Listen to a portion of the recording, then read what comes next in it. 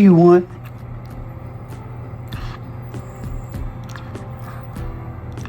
What?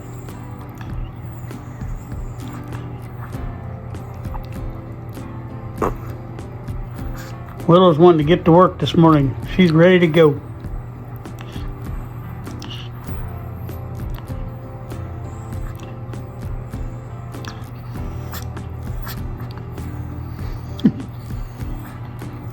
Are you going to talk to me? You're really wanting to. Say it. Just say what's on your mind.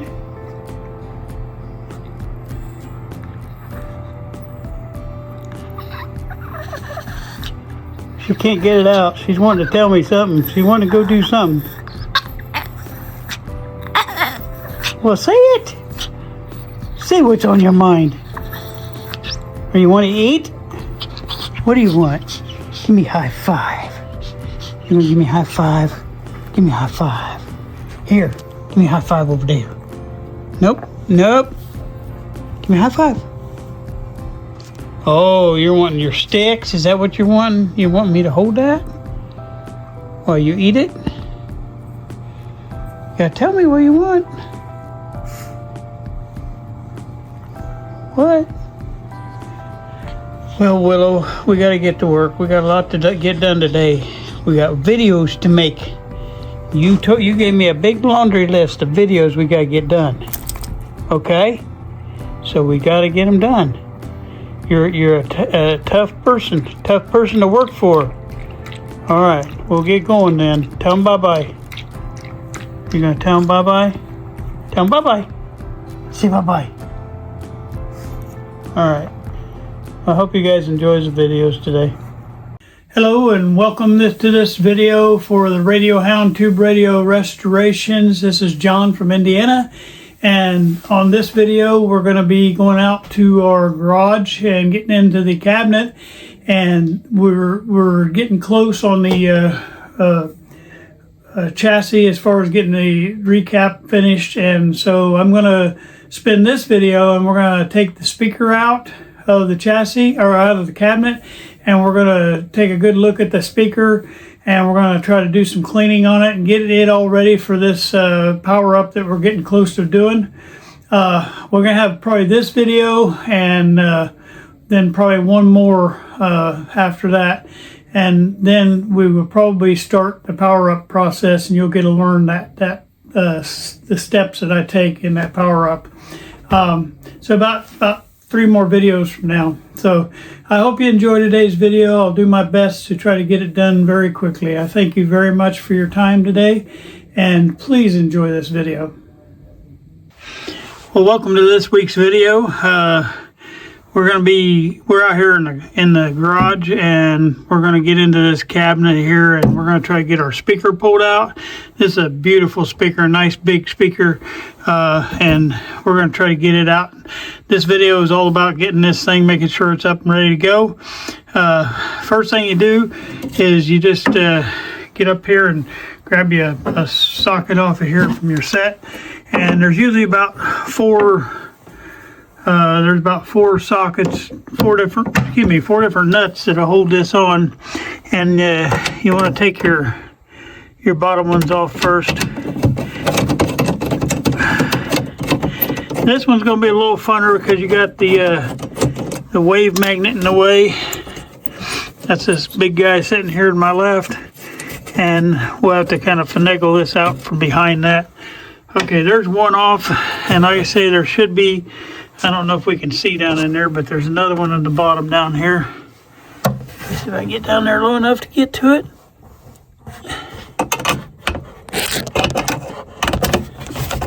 Got real bad lighting here. I can tell you something about these nuts. They're on most of these old antique radios on the speakers. Most of them are just finger tight on there.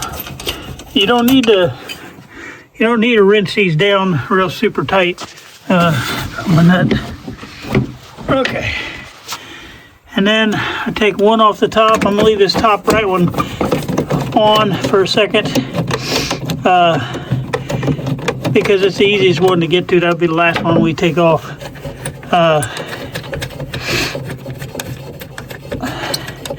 You might ask, are we gonna pull this wave magnet out? Yeah, before we actually work on the cabinet. This guy's gonna come out, and while we got it out, we're gonna clean it up a little bit. All right, I'm gonna go ahead and, like I say, these are probably just finger tight. You probably don't even need a socket to pull these off. But you wanna hang on to this. Taking that last one off, you want to put your hand right down here and hold on to that. So I'm going to take you off video for a second and take that last one off. I'll pull that thing out. We'll look at it. If you're new to this, I will warn you, the easiest thing to do is poke a hole in this with your fingers, because what you're going to do is you're going to want to, when you're pulling that off of there, is you want to reach your hand around like that. And when you do, your fingers are going to go right through the top of that right there. And that's not good, especially when you got a speaker as nice as what we're sitting here looking at. These speakers, they go for a lot of money, like a lot of money on the internet. We got a little hole right there, easily fixable. I'd be honest with you, I don't see any other damage to this speaker. Yeah, a little bit right there. Both of those are easily fixable, so we got us a good speaker cone. When you grab here, I'm going to grab by the little metal ring if you're going to flip it back over. All right. Just grab it right there, but don't put your fingers all the way inside. Just grab it underneath there like that. All right, most of these speakers have a number right here. This is a 49H416. If you ever want to replace that exactly, you could go out there on the internet and find that. You're going to pay probably over $100 for this speaker. What I will do is, on this particular case, I recommend on most cases like this, even when you're taking a radio apart, if you can, put the nut back on down here, so that way you're not trying to find those later on. You don't have to put it all the way on, just enough to keep it from falling off. And that way, when you get ready to put this cone back in, you know, you won't have to hunt for what I do with those nuts that I took off of that speaker. They'll be right there ready for you to go, and it's well worth the time to take a couple seconds and put those nuts back on, and that way they're sitting there ready for you when you're ready. All right, what we're going to do is we're going to take this speaker, we're going to move inside, and then we'll start analyzing the speaker and the output transformer on there.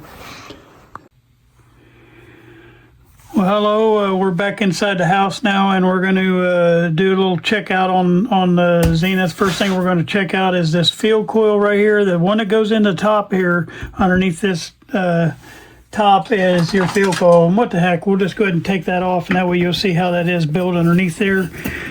Because it's good to know sometimes you have to take this stuff apart and then you have to put it back together. Okay, so what we're going to do is just lift that cap off of there, and you can see the field coil under there now. And when we get to cleaning this, make sure that you don't wash these numbers off. I keep my spray outside that, and I just hand clean that with a little bit of water. But don't, even water will take that right off. So, and you don't want to lose that Zenith thing on there. So bottom line is I just clean right here. But I'm going to set that to the side right now. All right. And now you can see the field coil underneath here. It just had one little screw holding that cap on there, and so we'll set him offside. I'm going to have to de-rust the screw anyway. All right, so what you can see here is your field coil walks in here. That's these two wires right here. They're going into this big thing. So you watch the wires going into this. That's your field coil, and your wires are going into there. I know I'm talking maybe a little bit, you know, a lot of you have been watching along. You already know this, but I just, in case somebody's popping in, this is your field coil. This is what magnetizes that voice coil in there and makes the speaker work up and down. All right, then you see these two little wires, and you say, what's that, John? Well, and I'll go into these later on, but I'm just going to give you the name of it. It's a humbucking coil. And basically it reduces the hum in there, and it's just another little coil that goes around that voice coil and in between the field coil and the voice coil, and it helps reduce hum on your audio. All right, so, but we don't have to worry about that right now. All we're worried about is that field coil. We want to test that thing out. Now, they'd cut these wires loose right here. Somebody had spliced it in, so I'm going to have to fix that wire. I released these from here so you could kind of figure this out, but I'm going to show you an easy way on the Zenith. Almost all these are like this. Now, there's some that have the 5 pins on them. This little hole right here is normally you have a little screw that mounts in. When you plug this in, you can screw that screw in there, and that keeps the plug inside your radio keep it from getting pulled out or fall out. But you notice I'm on the top two right here. There's 4 on this one, and if you see 4 like this in a little U shape, almost always the top 2 are your field coil, okay? And this field coil calls for a 670 ohm field coil. Well, and a lot of these will read just a little bit different because of them being installed in here, and it's just a lot of different interferences. But our field coil, if you look over here, when I connected to that, we're showing about 587 on ours. So we're about 100 ohms off of the what it says, but that's plenty good enough for what we need. That'll be plenty enough to make this speaker play just beautifully. And it will look at the the other thing that the field coil does is help drop that line voltage down a little bit. So if our line voltage is a little bit high, we're going to know why, because that ohms is lower, so that's going to allow that voltage to, excuse me, I should say it the other way around, if it's a little bit low. Yeah, I always get that backwards. But the bottom line is we're going to have to just watch that because we're 100 ohms off on the field coil, and for whatever reason, I don't think that's going to make a big difference in the overall values that we got coming through. It's very minor. But I hooked onto the top 2. These 2 they're kind of closer together too, and more than likely that's your field coil mount, and it is for us. Okay. Then if you want to check, the next thing you want to check is, see, you got these wires coming in here, and this is one side of your, let me turn that a little bit more. This is one side of your output transformer. That's the other side of your output transformer, and then this is your center tap. Right here, I quit pointing with my finger. That's one side of the output transformer on the primary. This is the primary side. This is the other side of the output transformer, and then this one's your center tap going in, okay? So what we want to do first is we're just going to measure across this, okay? And then we'll have to figure where our center tap goes, and I can show you that in just a minute, okay? So our one side is right here, because if it's not these 2 wires, it's got to be the other two pins. And so we're going to look at that, and believe it or not, this output transformer value is equal to the value that we have in our field coil right now. It's 576 ohms. The good news is that we got good continuity across that sides there. Now let's check our center tap. Well, if you look down here, one on that center tap, it'll go in through, if you look underneath here, you'll see 2 wires going into one of these pins, okay? You'll see a wire here, and then, there I am pointing my finger again. Wire here, and then you got 2 wires going in here, one here. And that's why sometimes you'll have 5 pins on the plug. You have another pin, because sometimes I'll run that pin independently over here. But here they run it in, and hey, that's on the field coil. That's right, that's on one of the field coil pins. Well, it does that because it all ties together there, and this is the low side of that. So what we're going to do is, I shouldn't say the low side, I meant to say the high side, where it's coming out of the field coil. It's going up there to provide a plate. So this is your high side of that, because remember, we feed the high voltage in through the center tap right here, so my bad. But anyway, we're going to clip onto that. That's going to be one side. So basically we're checking between here and here, and then we'll check between here and here and make sure we got continuity to that center tap, okay? So we're going to go on the pin that has the 2 wires going in, okay? And then we're going to go on just one of these other 2 bottom pins, okay? And we're going to go look at our thing over here on the multimeter, and it should be about half of what we had on that output transformer primary, and it's close to it. All right, then we're going to go on the other side over here, and I hope I'm explaining this right. I know what I'm saying, but it sometimes don't come out right. But anyway, now we're checking between here and here. That's the other half. That's from here to here on the output transformer, and we're checking that half, and it should be the other half of that, and we got the 307. So 270, 307. You add those together, and it comes up to your full amount across there. So we know the good news is we know that this is good. This output transformer is good. We still got one more part of the output transformer check. We know that our field coil is good. So the only thing we have to check now is our voice coil, okay? And so I'm gonna turn this a little bit sideways like this, and hopefully you can see down in there. Let me see where you're at here. Yeah. If you look real close, I'll zoom in here. Let me get pulled back here. Okay, there you go. If you look real close, see the little wires right here? There's a little wire coming out right there, and there's a little wire coming out here, okay? And what that does is it'll run up through, and then half of this will run up through this humbucking coil. Excuse me, it's up here where I'm pointing. The one side of that will run up through the humbucking coil. It puts that humbucking coil in series with the voice coil. And so what you'll do, though, to test that voice coil is clip one lead on that wire, and then you're going to get this other little wire and clip your other lead on. And we should be able to test our voice coil. Now, I will tell you these wires are coated, so you have to kind of move them around a little bit to get a good continuity click. And I'm trying real hard to get it. Okay. I'm just going to put on audio so you guys can hear that we got continuity to our voice coil, okay? All right, so it took me a minute to get that one. And bottom line is we've checked all the major parts of this speaker, so now we know that we've got a good working speaker. Now, if we didn't, I just happen to have another speaker exactly like that one that's sitting over here on my counter, and that came out of that other radio that we've been stealing parts off of. That radio cabinet was beyond repair. The chassis was in really bad shape, and so I used that one as our donor parts chassis for this radio and many other ones because it's similar in style to these radios. So anyway, bottom line is we've got a backup speaker if we needed one.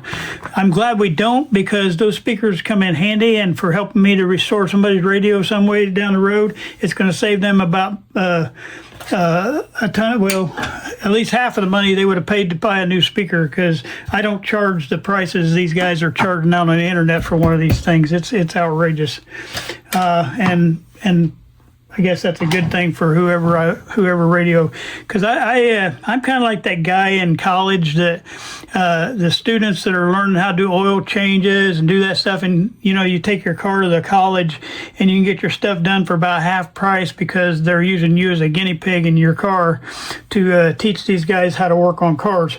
Well, I'm going to be that same guy, because that's how I've always treated myself. Like when I'm restoring a radio for somebody,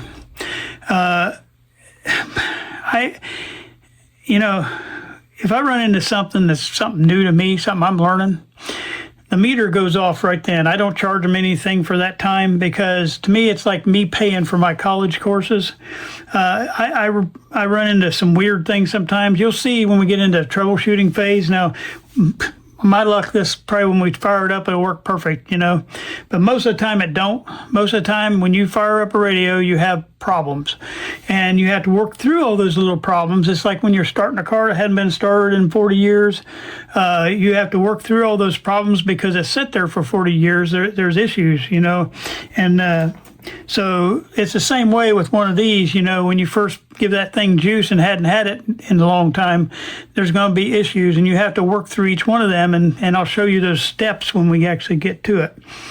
I'm hoping you're excited, and I'm happy, because this is a lot of money right here, and if this part don't work right, you're going to be sorry, okay? So now what we're going to do is, remember I started my little my book over here, and I got to find the right one. There's our little 10S567, and I always document this stuff because eventually this is going to be on a spreadsheet, and that way I can have something to reference if I ever have another 10S567 I'm working on. I can reference and what I should have here, okay? So we got our field coil, and that was supposed to be 670. And we're going to write that down because we got that off the schematic. That showed up. I'll show you that too. That way you know. Right here is where it says on the schematic 670 ohms right there. All right, and that's how I got that information. Well, my primary output transformer, my primary was 500 and 75 ohms, okay? And so we got that ohms, and then we got a speaker number, and I always write that down too, okay? Because if you ever want to replace this speaker, you need that number, right? Well, remember our little speaker number is right here. It's 49H416. I'm gonna write that on.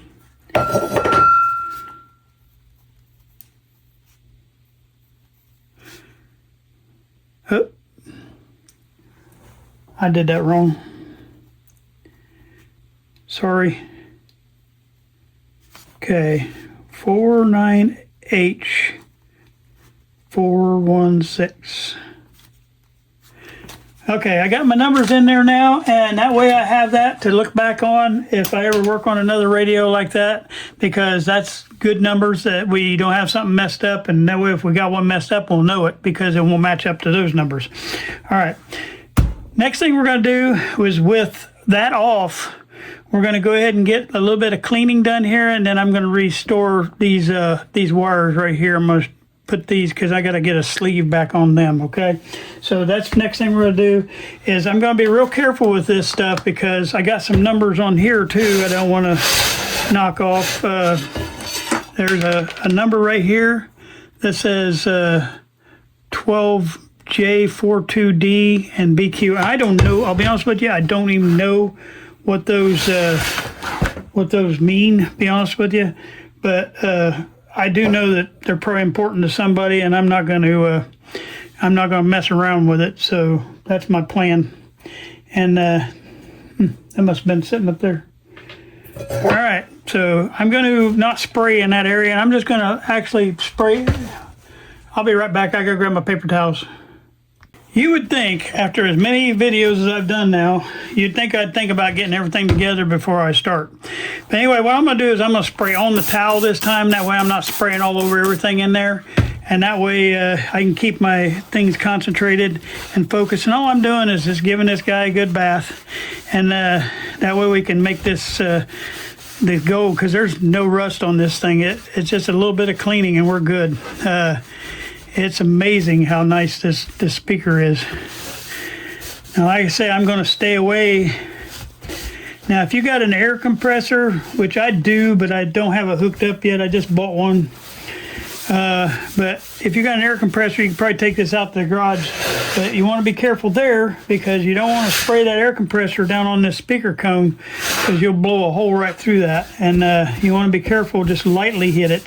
And that's why I keep the cans of compressed air sitting around, because I get mine over at the Walmart, but I know a lot of people don't like Walmart.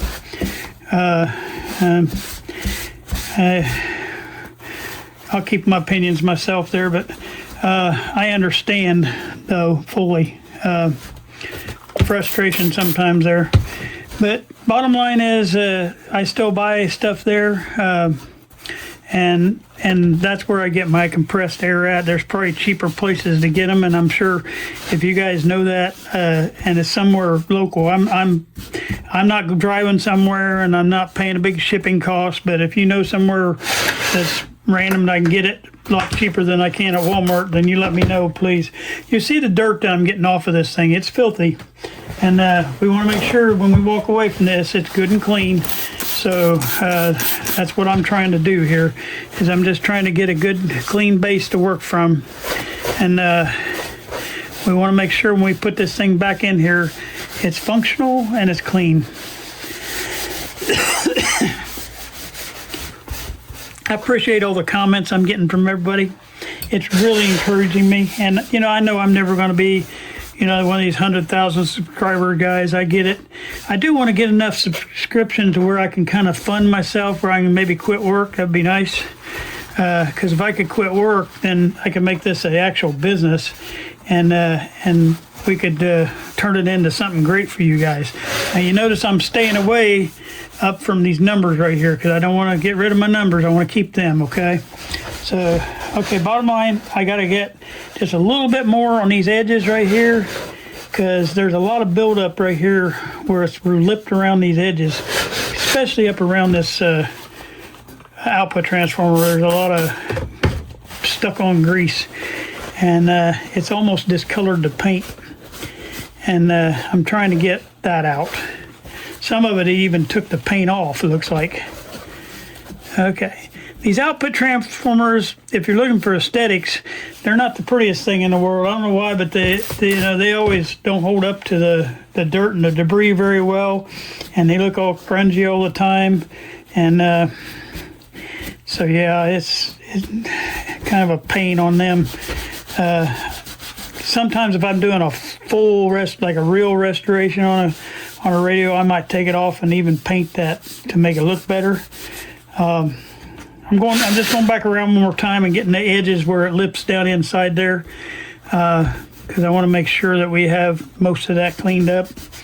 Some of this is not dirt right here. That's discoloration in the paint. It's like the paint has discolored.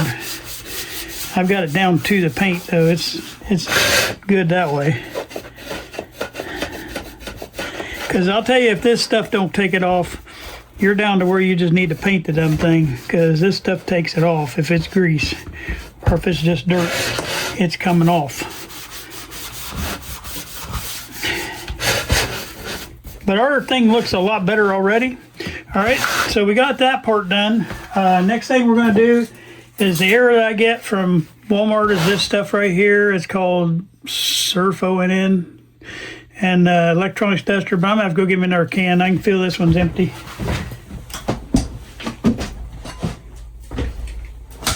I don't remember how much these are, but Walmart discontinued. They may have discontinued this because I think they marked these down, and I bought them at $1 a 2-pack. And I bought, of course, everything they had because that was a great deal. All right, it comes with these little spray nozzles, and you don't want to get too close. Even this has a lot of power to it. I'm going to use what's left in this can without the nozzle, just blow. Blow in between the field coil. Just what I'm trying to do is blow all that dust, cobwebs out from underneath there. All right.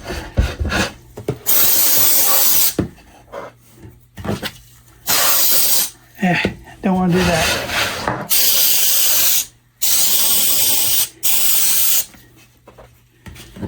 Then I'll use the one with the nozzle. Yeah, there was just a little bit left in that one, so it's gone now.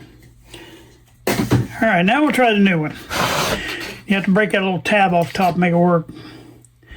All right, now I'm gonna try to get down in, what I wanna do is get down in this little gap right here and try to blow all that out.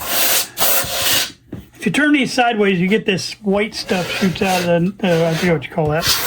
But it'll fade off of there. It's not gonna hurt anything. It just kind of like freezes it. It's like the same thing like dry ice. And I'm just going around each of these and blowing all that stuff out of that crack.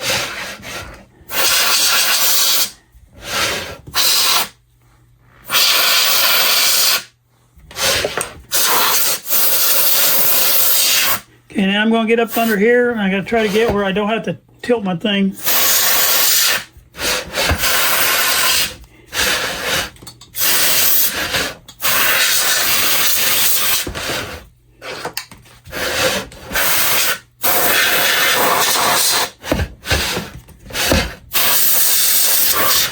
All right, and all our little dust bunnies are gone. Like I say, if you got a big air compressor, which I'm getting mine hooked up this week, I think this week or next week, my son's coming up and he's going to hook it up because I've never used one, so he's going to show me.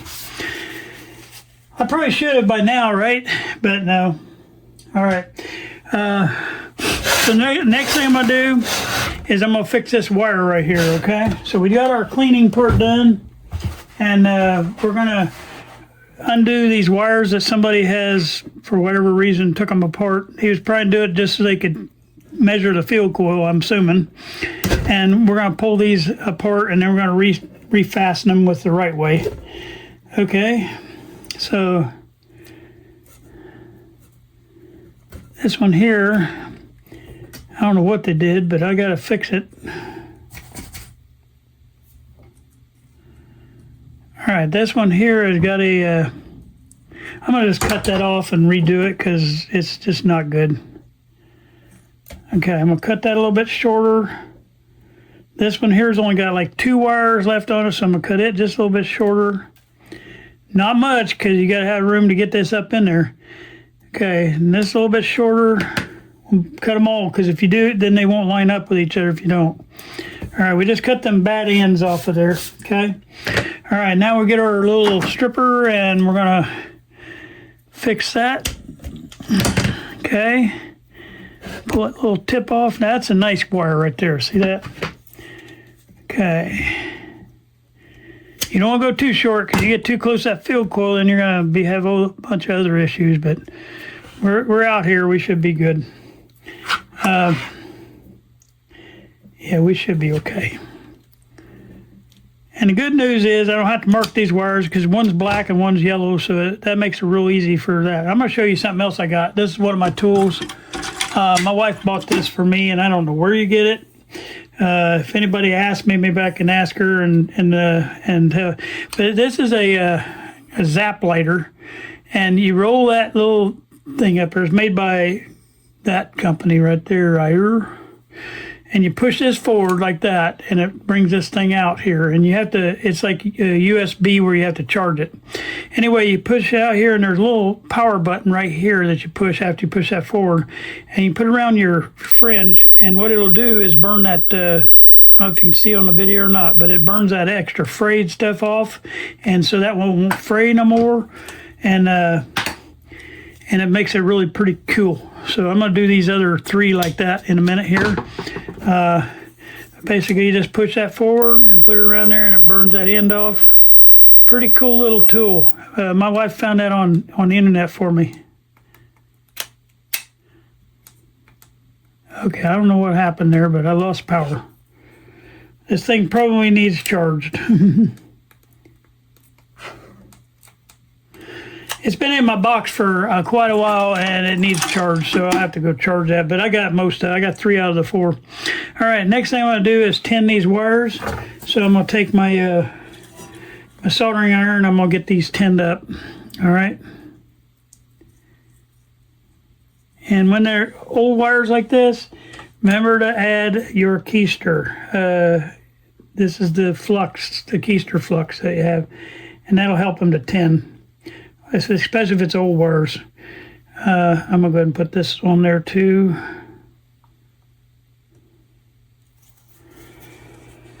Okay, go back to trying to tin, John.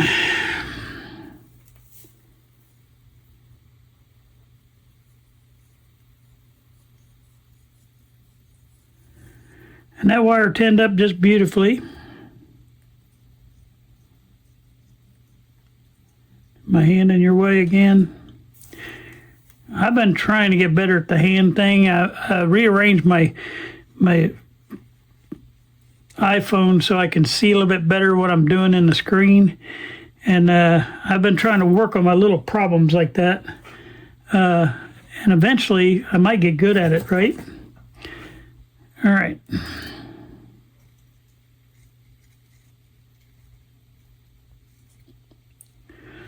Thinking about, I got a Timeout Tuesday coming up, showing some other stuff, but one after that, I'm thinking about doing the soldering techniques again and showing you the desoldering techniques and actually showing you a little bit more on that, and maybe try to explain a little bit better why I don't use some of those, because I had comments on that, and I just said, well, I'll just do a video on it later on and try to get everybody up to speed on what I do.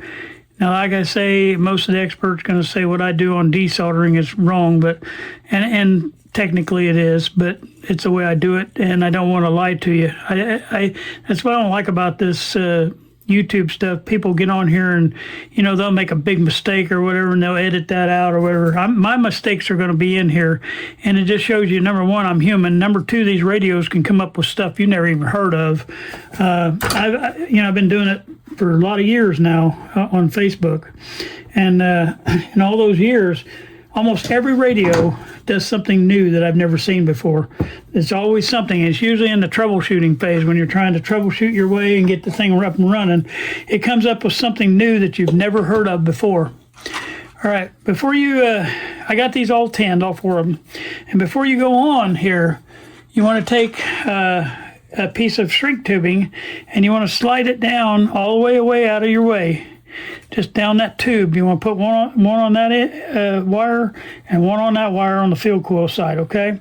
And then we can start putting these together. And I'm going to use a little bit of what I talked about, the J-hook method. I'm going to put a little hook in that, and I'm going to put a little hook in that, and then we're going to hook the two together. All right. All right. Then we're going to crimp that down.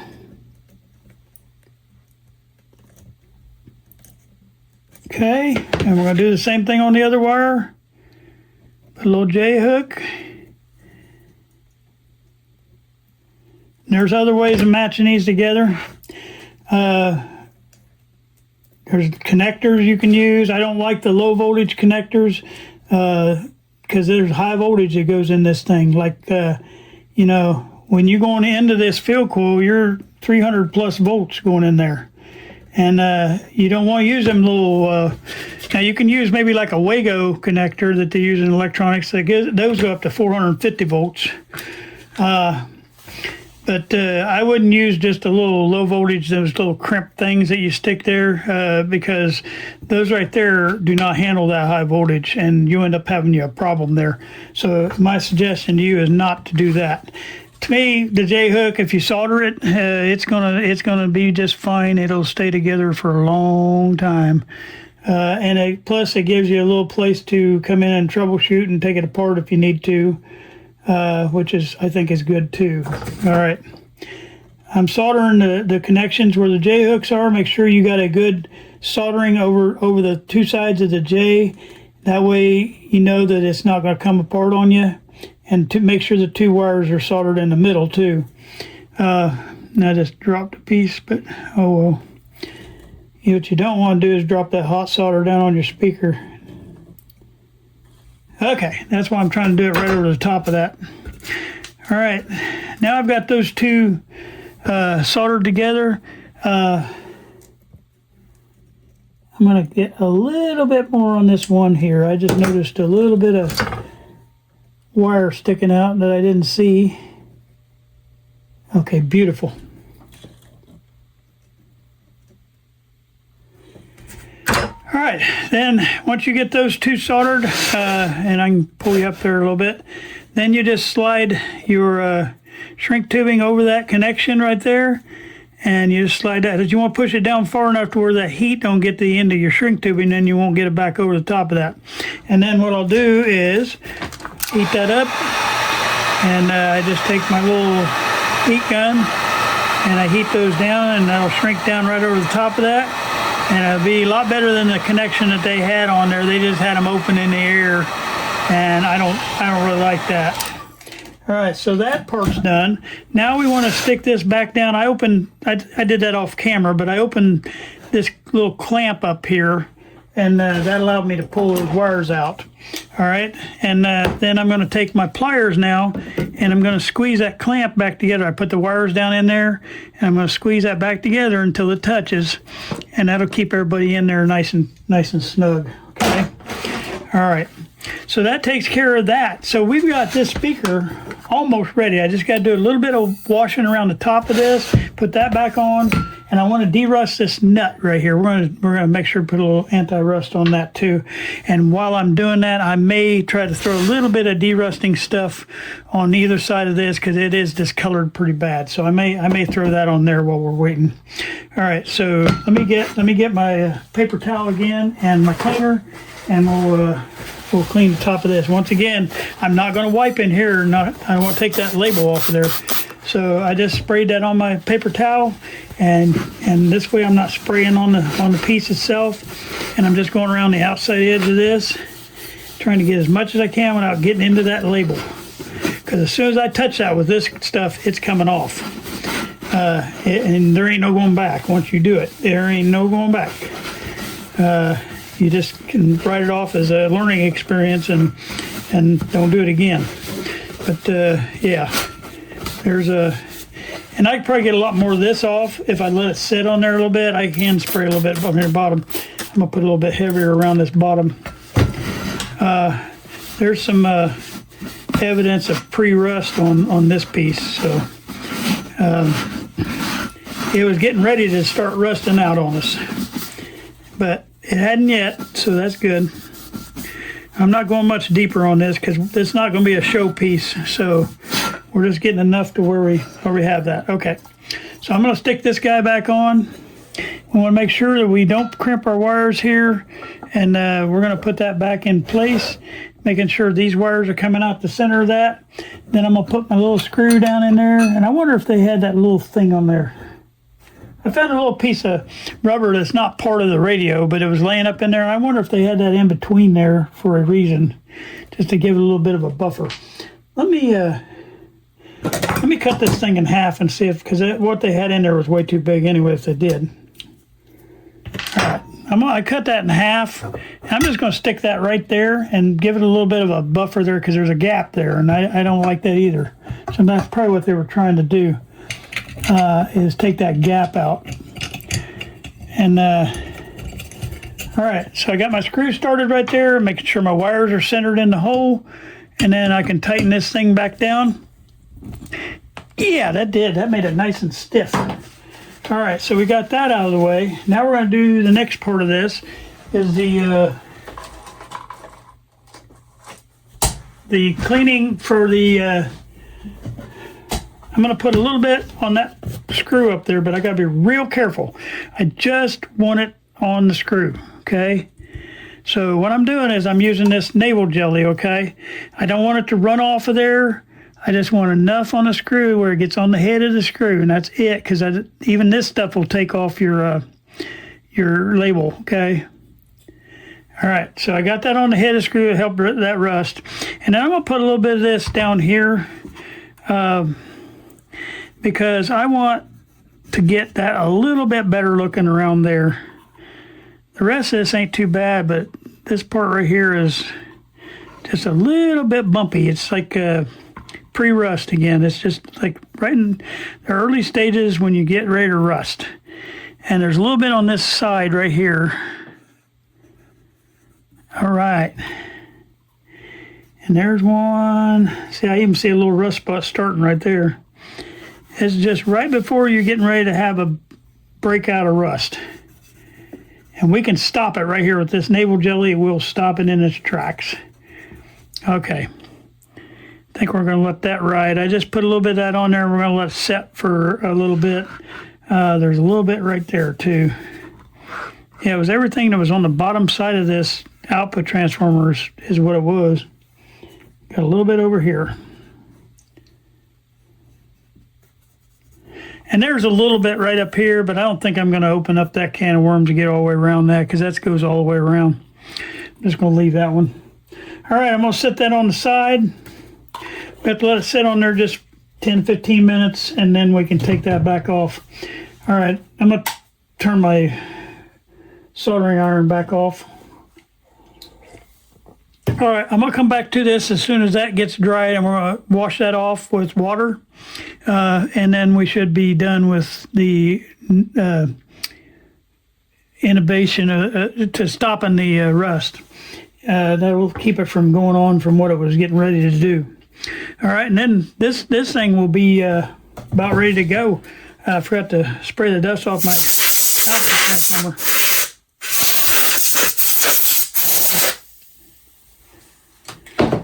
All right, we come a long way on this speaker already, and we know we got a good one. And that's a great thing. I'll be back. All right, we're back about 20 minutes later. I just want to let this sit on, and okay, I broke down and went and added some around the top here.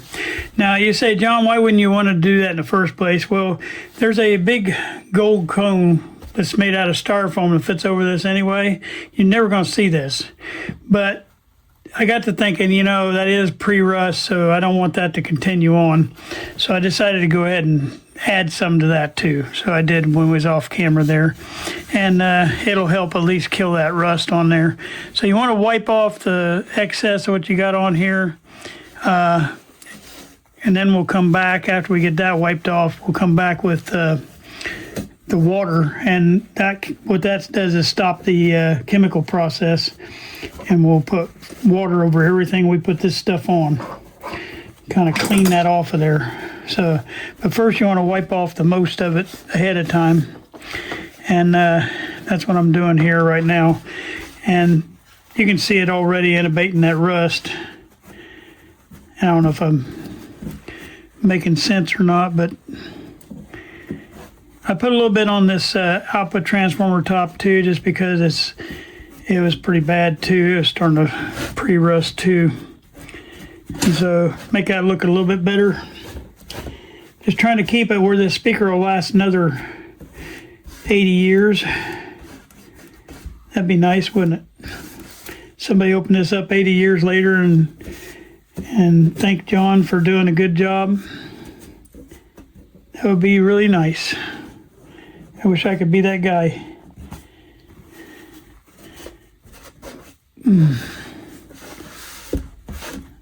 Okay. And I just got to finish wiping around the edge of this. All I'm doing is getting all that off of there. And then the water will stop the chemical process.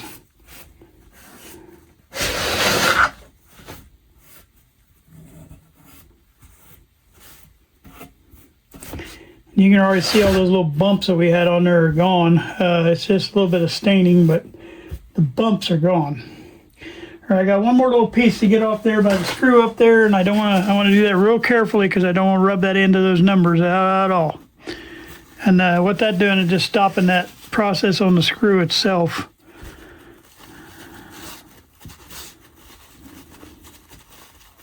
I probably should have done this one off the piece. That way I wouldn't have had to worry about getting into those numbers, but that was kind of dumb on my part.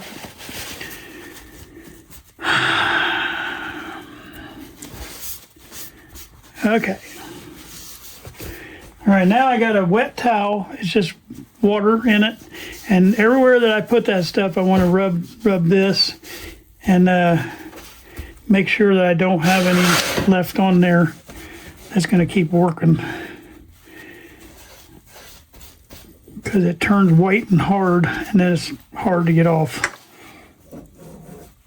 Okay, so wherever I see a little bit left on there, I want to hit every inch of that spots that I put that on.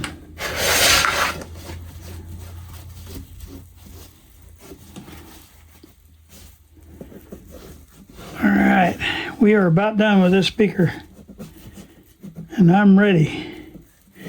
Our next video that I'm going to be putting out, and I don't know if it'll come out in the same weekend or not, but it's going to be putting the fuse in our radio, and we're going to put our cord to plug it in with. Right now, remember, I cut our cord off, so we don't have a line cord on it for us to plug it in with right now. And so I'm going to show you how to do that, and that's coming up on the next video.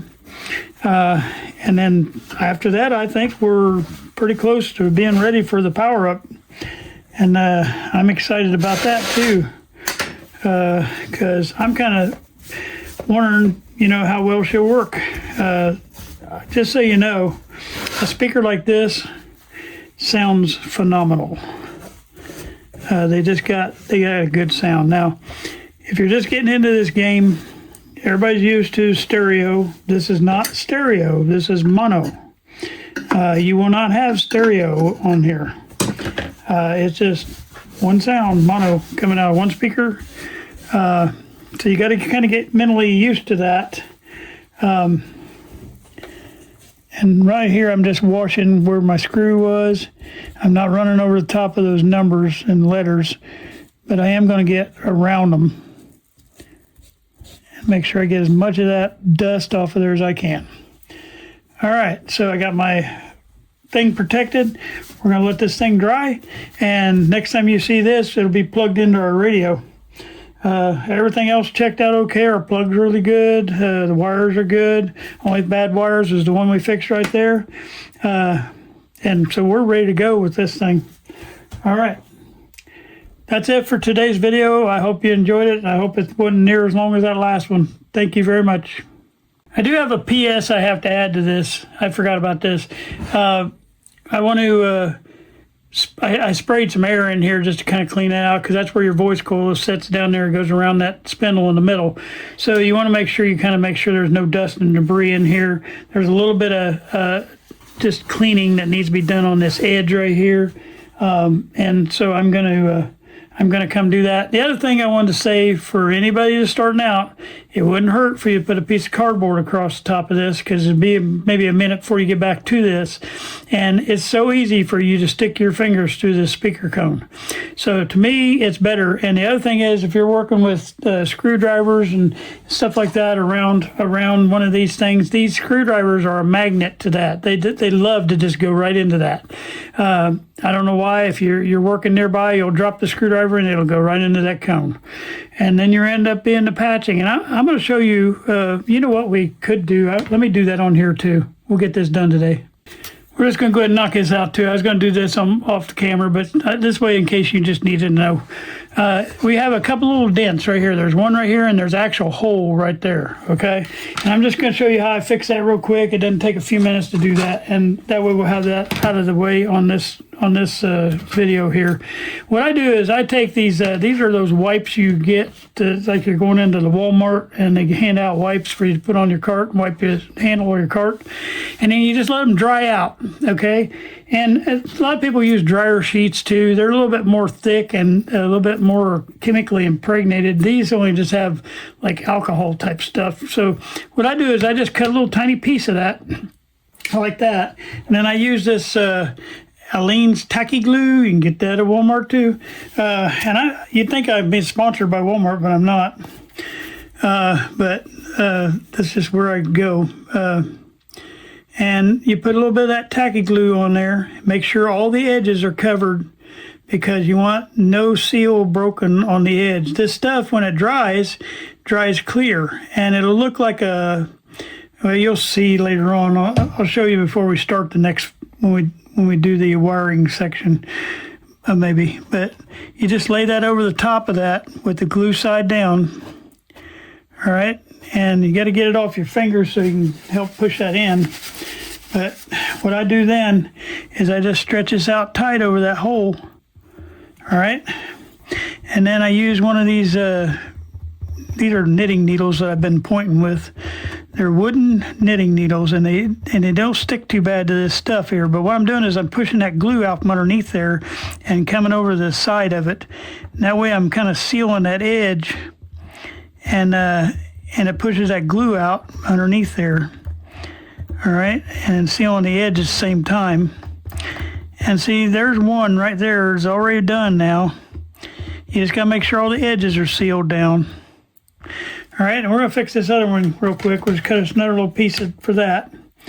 And that's a little smaller.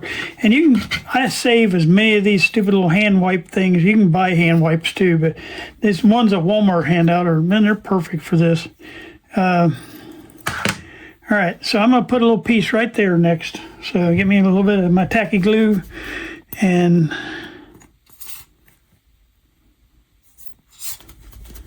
it's a little thick, but you just have to get used to dealing with it. Stuff works great though.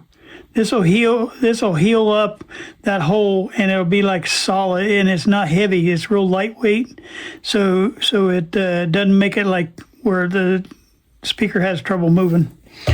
And anyway, I'm gonna put a piece of this right there. Just get it stuck, and then go wipe your hands off. Get all that glue off your hands so you can work this thing.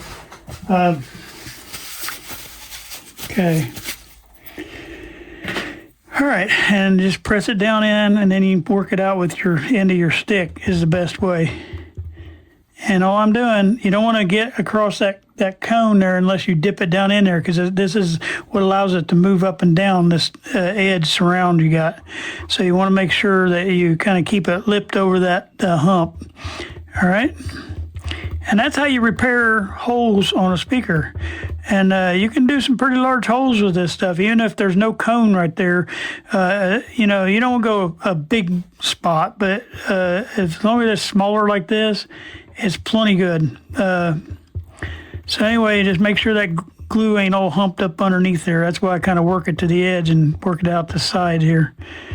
All right, and that's what it'll look like now. When it's dry as clear, you're just going to see a clear little patch there that's got the bumps like that on it, and it looks really good. It's hardly noticeable. All right, that's that. Now I promise I'm done. I swear I'm done. All right, thank you. Have a nice day. Hope you enjoyed today's video. I do want to say that the last video I had is I think it was an hour and 40 minutes.